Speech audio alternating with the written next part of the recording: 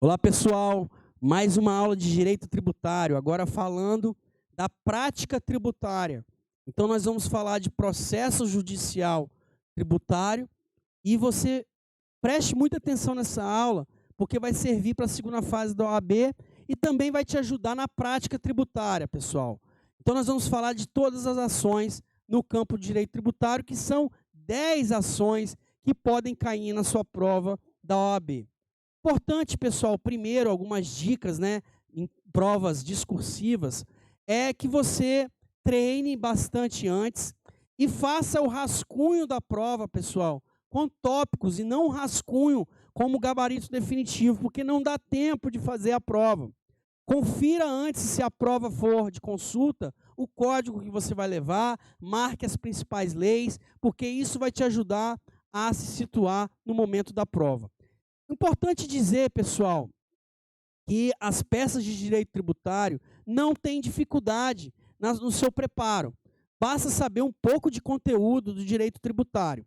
Então, estude aí os tópicos princípios, imunidades, o ICMS, imposto de renda, ISS, administração tributária, que são os principais tópicos que podem cair na sua prova.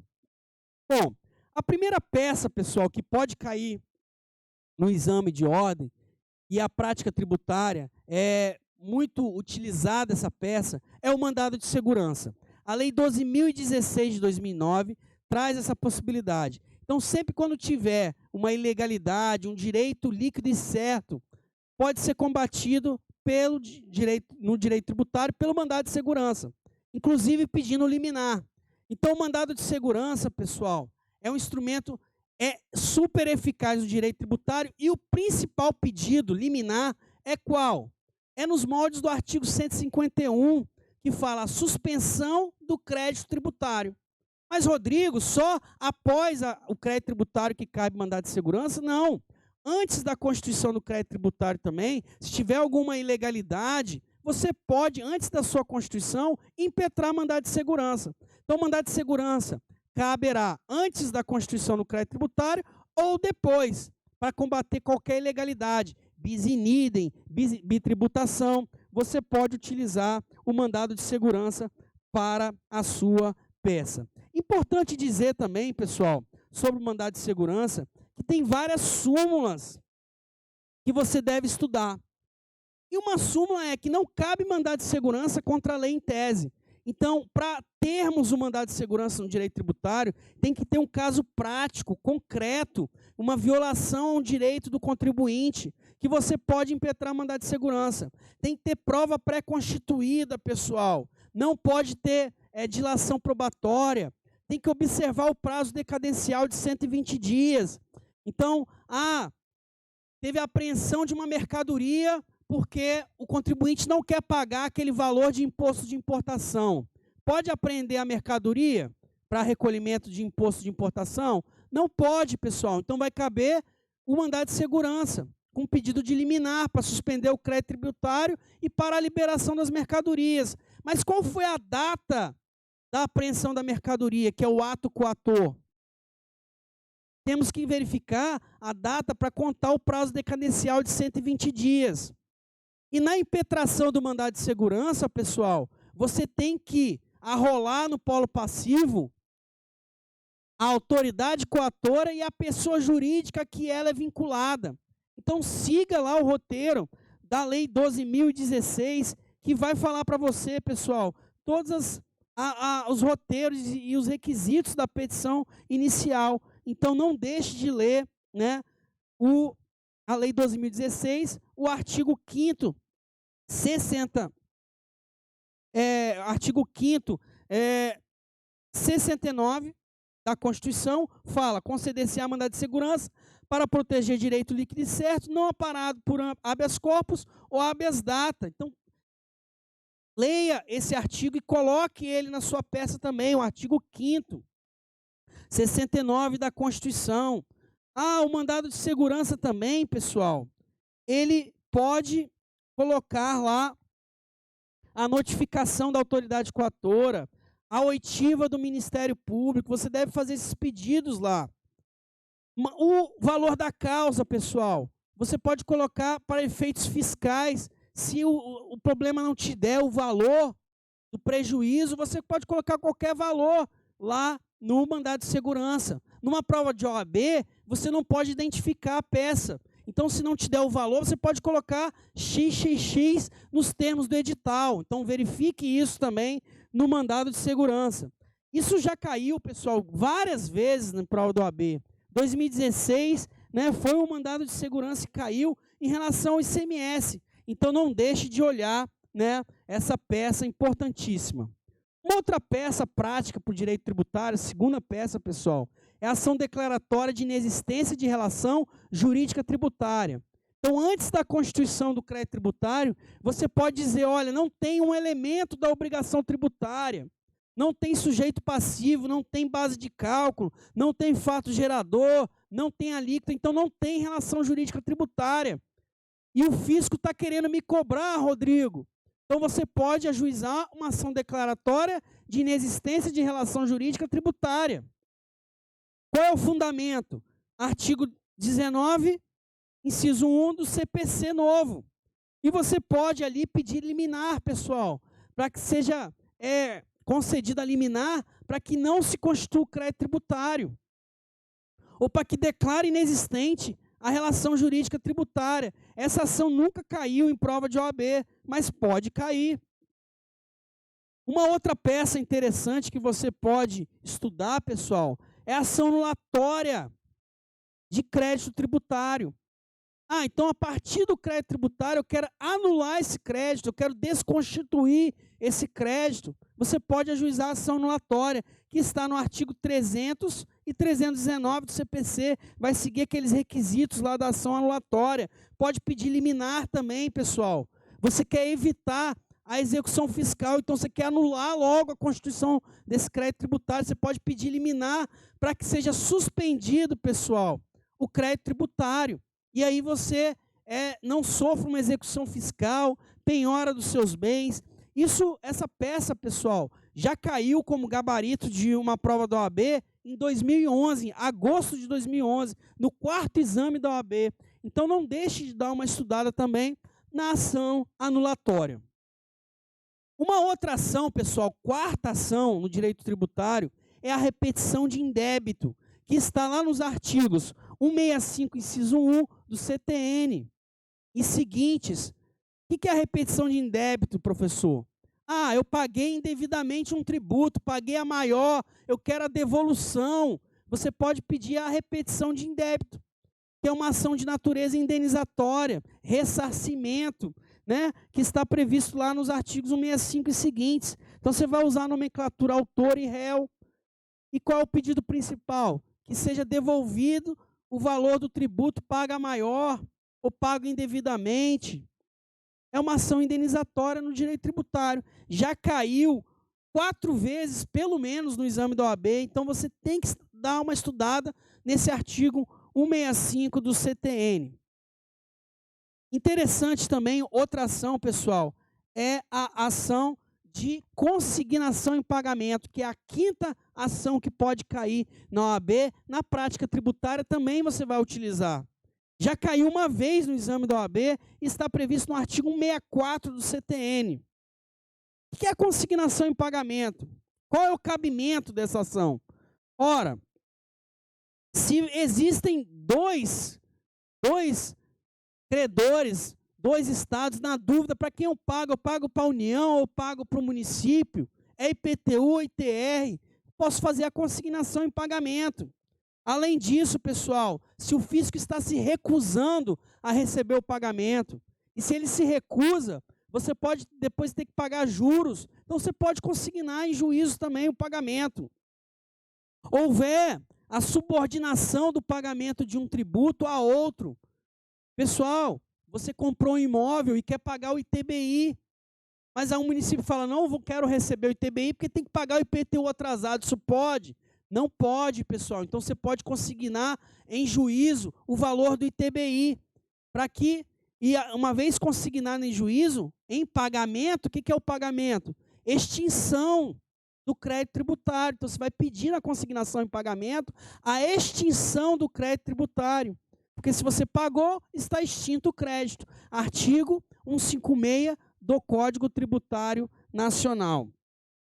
Interessante, um dos pedidos é a autorização do depósito e o pedido de extinção do crédito, pessoal. Então, dê uma lida no artigo 164 do CTN. Isso caiu em 2011 também, uma ação de consignação em pagamento.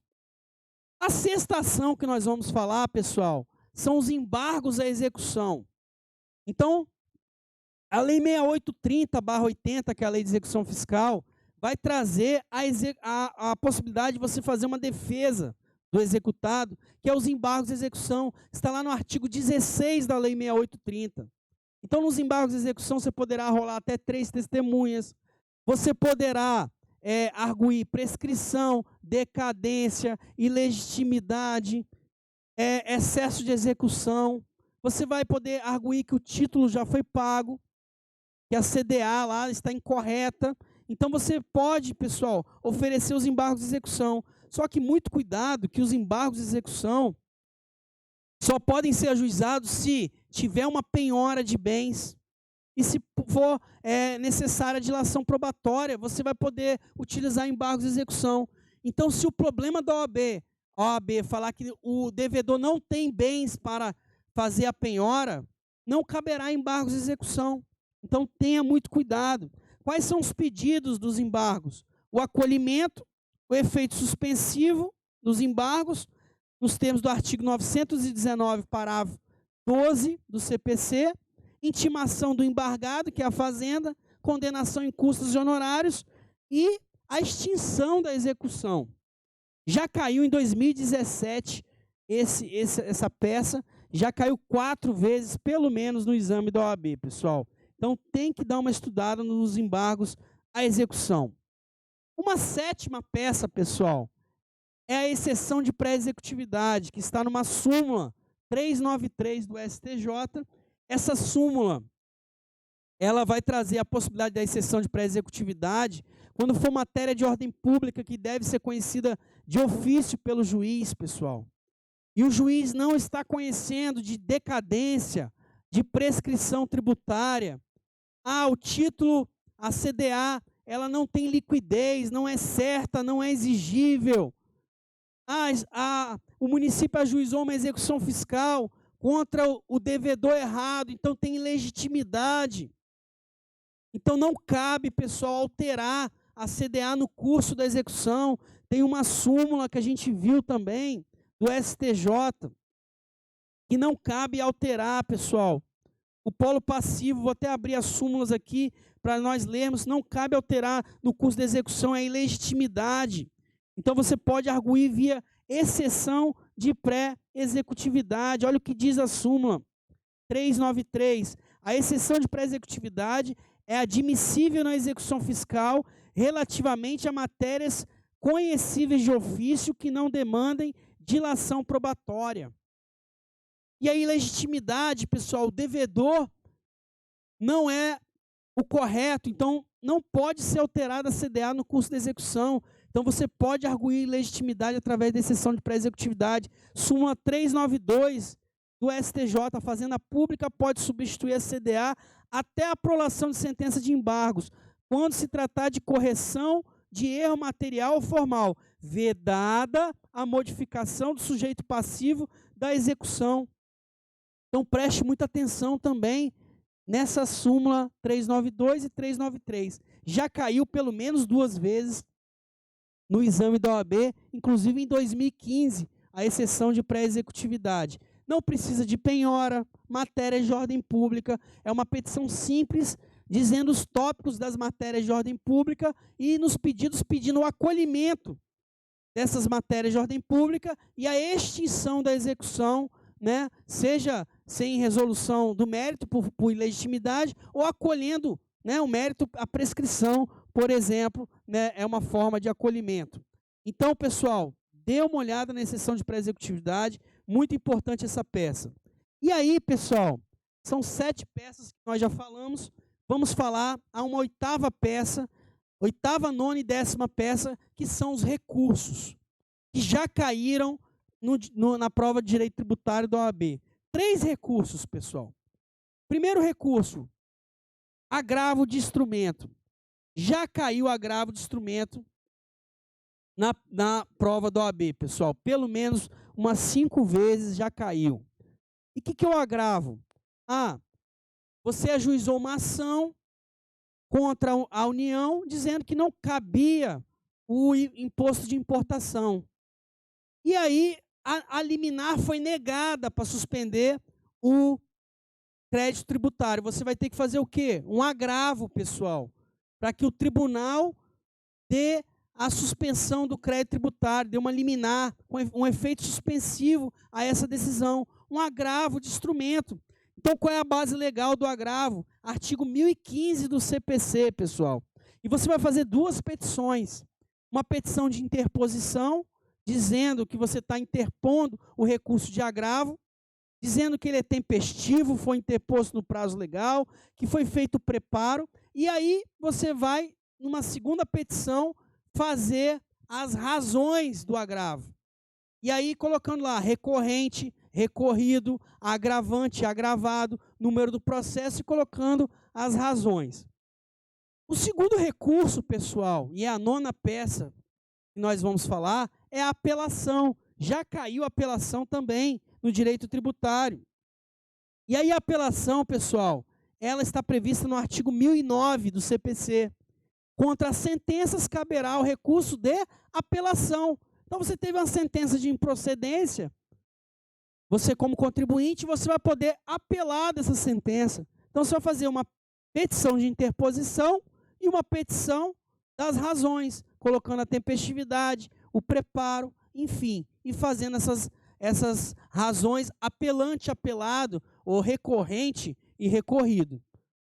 Pessoal, por último, caiu uma vez na prova da OAB o chamado recurso ordinário constitucional. Esse recurso ordinário constitucional, você deve dar uma lida, pessoal, nos artigos da Constituição, lá dos tribunais que vão falar artigo 100 e... Vou abrir aqui para nós lermos o artigo 102 e 105 da Constituição, pessoal, e vão falar aqui do recurso ordinário.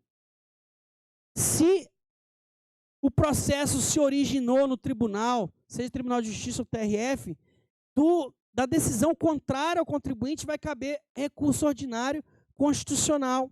Então, dê uma lida também nesse recurso, pessoal, que ele já caiu em prova e pode cair na sua prova de direito tributário. É importante também, né, para a gente finalizar, algumas dicas interessantes sobre outras peças que podem cair. Mas, a princípio, são essas 10 peças práticas que podem cair numa OAB e na prática tributária são as que mais a gente vê, que é mandado de segurança, ação declaratória de inexistência de relação jurídica tributária, ação anulatória, repetição de indébito, consignação em pagamento, embargos de execução, exceção de pré-executividade, agravo de instrumento, apelação e recurso ordinário constitucional. Mas pode ter uma contestação no direito tributário, pode ter um parecer jurídico, pode ter uns embargos de declaração, mas isso nunca caiu na prova da OAB. Então, não precisa de se preocupar tanto com essas outras 3 peças do direito tributário. A única coisa que eu colocaria aqui para vocês é alguns artigos e alguns tópicos para você estudar, para a prática tributária. Primeiro, Constituição Federal. Todo direito tributário está alicerçado na Constituição. Artigos 145 ao 156, pessoal. CTN, o livro 2 do CTN, fundamental o estudo. Pessoal, a Lei 6830, que é a Lei de Execução Fiscal, a Lei 12.016, que é a Lei do Mandado de Segurança, a Lei Complementar 87 de 96, que é o ICMS, a Lei Candir, a Lei Complementar 116 de 2003, que trata do ICMS, do ISS, né? Você vai ter que dar uma estudada também no Código de Processo Civil, quando fala dos recursos. Esses são os tópicos objeto de estudo da prática. No direito material tributário, você deve estudar princípios, sempre cai algo, administração tributária, bis in idem, bitributação, imunidade tributária, as espécies tributárias, o que é lançamento, o que é contribuinte, o que é responsável, vigência, aplicação e interpretação da legislação tributária, suspensão, extinção e exclusão do crédito tributário e crédito tributário. Sempre cai, pessoal. E dê uma lida também em impostos federais, estaduais e municipais. Então fica aí a dica da aula de hoje. Muito obrigado a todos e tributário na mente e no coração. Bons estudos para vocês, pessoal. Até a próxima.